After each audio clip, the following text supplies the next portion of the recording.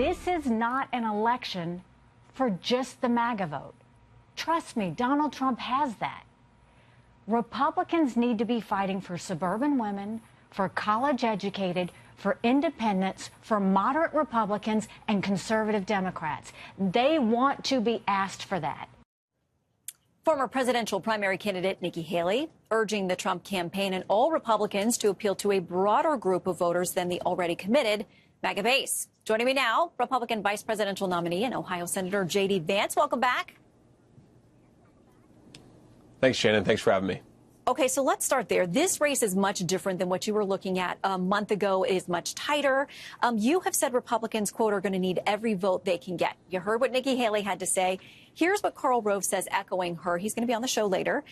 He says Mr. Trump so far has largely focused on themes that appeal only to his true believers, childish insults and talk of stolen elections, January 6 political prisoners, and a weaponized justice system. That won't win him a single vote he doesn't already have. So you know the faithful are with you. What more can and should your campaign be doing to reach beyond those boundaries? Well, first of all, I think Ambassador Haley is right that we have to reach a broader group of voters, but I think that we're doing exactly that, Shannon. If you look at what President Trump has been saying at his rallies, what I've been doing at my rallies and my press events, is we've been making a very simple argument that when Kamala Harris became president, or vice president, I should say, she caused policies that led to a rapid increase in inflation and a rise in chaos around the world. When Donald Trump was president, we had stable prices, we had prosperity, we had higher take-home pay for American workers, and we had peace across the world. The contrast is really remarkable.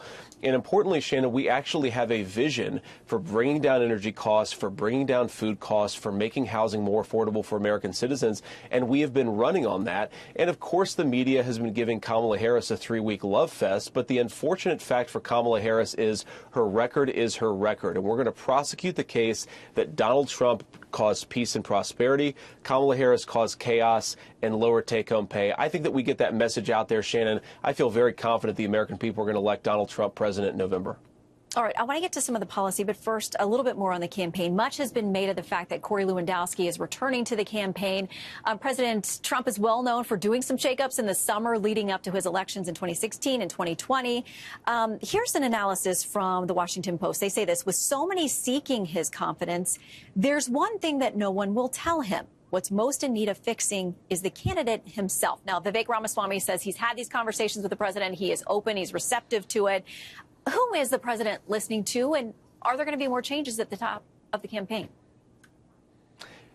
Well, anybody who knows President Trump will tell you he listens to everybody. I think it's one of his great strengths as a leader is he solicits opinion from his campaign staff to the people who serve him his food at a restaurant. He's trying to get feedback from everybody because he actually wants to understand where the American people are on the issues of the day.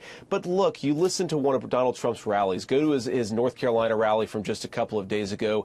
He was talking about Americans suffering under higher prices. He was talking about the need to bring down housing prices so that young people can afford to get in a home. He was talking about the need to bring groceries down to the level that they were at when he was president, Shannon, because normal Americans could afford to put a nice meal on the table. These are very simple things. And I think that what a lot of the people who are giving Donald Trump advice would, I think, do well to understand is that Donald Trump is carrying the message out there to the American people every single day. I'm doing it every single day, and we're just going to keep on doing it for the next 80 days, and that's how we persuade the American people to elect Donald Trump the next president of the United States. That's really what the campaign is all about. I think we're very receptive to feedback, but at the end of the day, if you look at our messaging, we're focused on the issues that Americans care about, and we're going to keep on doing that.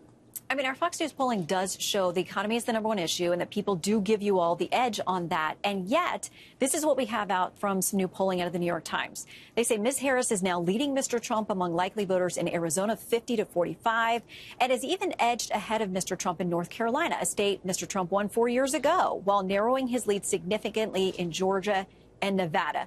What is the administration doing, the campaign doing with that data as it comes in? I mean, these are critical states that you got to have a path to 270. Are there any pivots? Are there any, reconfiguring of what you're doing in the strategy? Because you talk about your message, but is it not landing?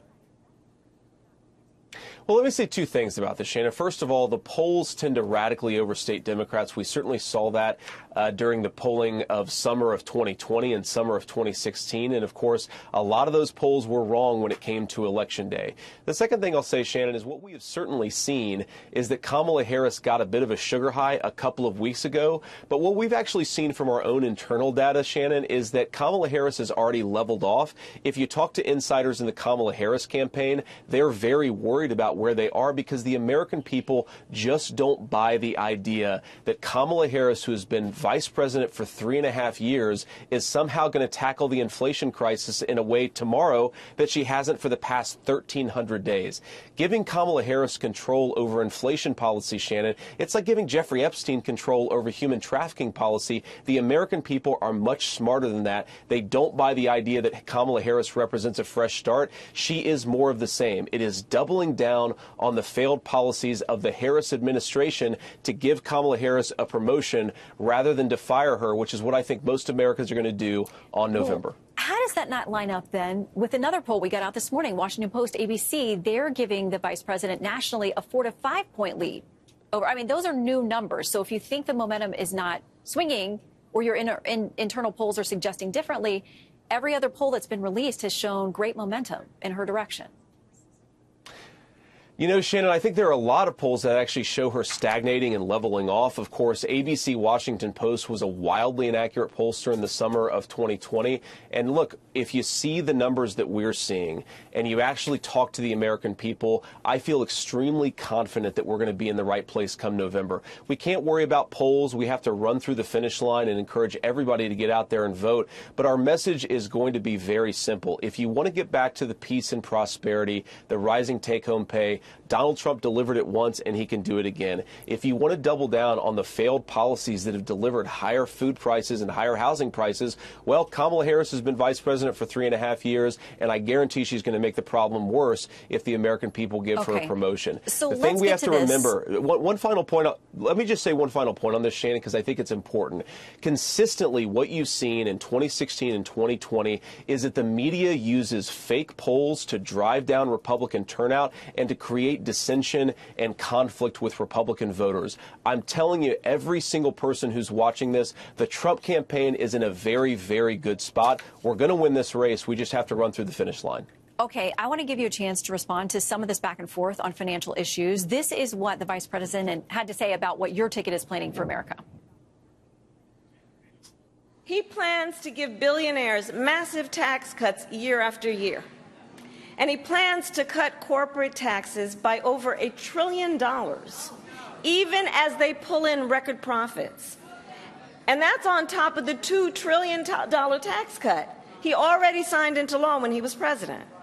She also talked about the plans for tariffs, as you heard Senator Coons talk about. Other economists have said those tariffs, along with mass deportations that would impact the workforce, will also drive up prices for Americans. Well, Shannon, I don't buy that argument because Donald Trump was already president. He already secured the wall. He already implemented tariffs, which brought back 12,000 American factories were built during Donald Trump's administration, and prices were low and take-home pay was high. The entire argument of the Kamala Harris campaign boils down to forget how good things were when Donald Trump was president. Forget that we had rising take-home pay. Forget that we had low inflation. Forget that we had peace all over the world. And somehow, if you give Kamala Harris more power than she already has, she's somehow going to do something different than she's done for the past 3.5 years, Shannon. The most absurd thing that Kamala says at her rallies is on day one, I'm going to tackle the food and housing affordability crisis in this country. Shannon, day one for Kamala Harris was 3.5 years ago, and everything that she's done has made the affordability problem worse. We cannot give her more power and more influence. She's just going to do more of the same, which has already made the affordability crisis for Americans very, very real. Well, we'll see if she presents something that's different or a break with the Biden administration when she speaks here this week. But quickly before we go, I want to touch on foreign policy as well. Ukraine, you have been very vocal in saying, you know, the resources and the tax dollars that are going there. You have serious questions about whether the American people are being told the truth about Ukraine's ability to actually advance there. Now, we know there are all kinds of reports this week. They've actually advanced into Russia. They are taking prisoners. They're taking territory. So has your view on that changed at all? And what about Senator Coons' assertion that you and President Trump aren't going to be faithful to NATO, you're not going to be faithful to foreign policy alliances, and that allies shouldn't be able to count on you. Well, what Chris Coons is saying, look, I like and respect Chris, but he's just wrong here. What Donald Trump and I have said is that there shouldn't be a free lunch for Europe or anybody else. America is not the policeman of the world, and NATO should be a military alliance where Germany, France, and all these other countries pay their fair share rather than relying on American taxpayers to subsidize their defense so they can have generous welfare states while American veterans are sleeping under park benches. It's ridiculous, Shannon. We want NATO to be a real alliance, and the way that it's going to be a real alliance is for Europe to pay up, to do what's necessary, and to allow us to focus on the most pressing foreign policy challenge we have had in nearly a century, and that is China. And that is what Donald Trump and I are going to focus on: rebuilding American factories, bringing more manufacturing jobs back to this country, not allowing the Chinese to build their middle class on the backs of ours. And importantly, if we do that, we will be in a better position to stand up to China for the next 50 years in this country. That is what we've got to focus on, and that's the most important foreign policy problem. Well, we look forward to the president talking more about those tariffs, exactly how they would work. Senator, in the meantime, we will not see you in Chicago this week, but we will see you on the campaign trail. Thanks for your time. Thanks, Shannon. See ya.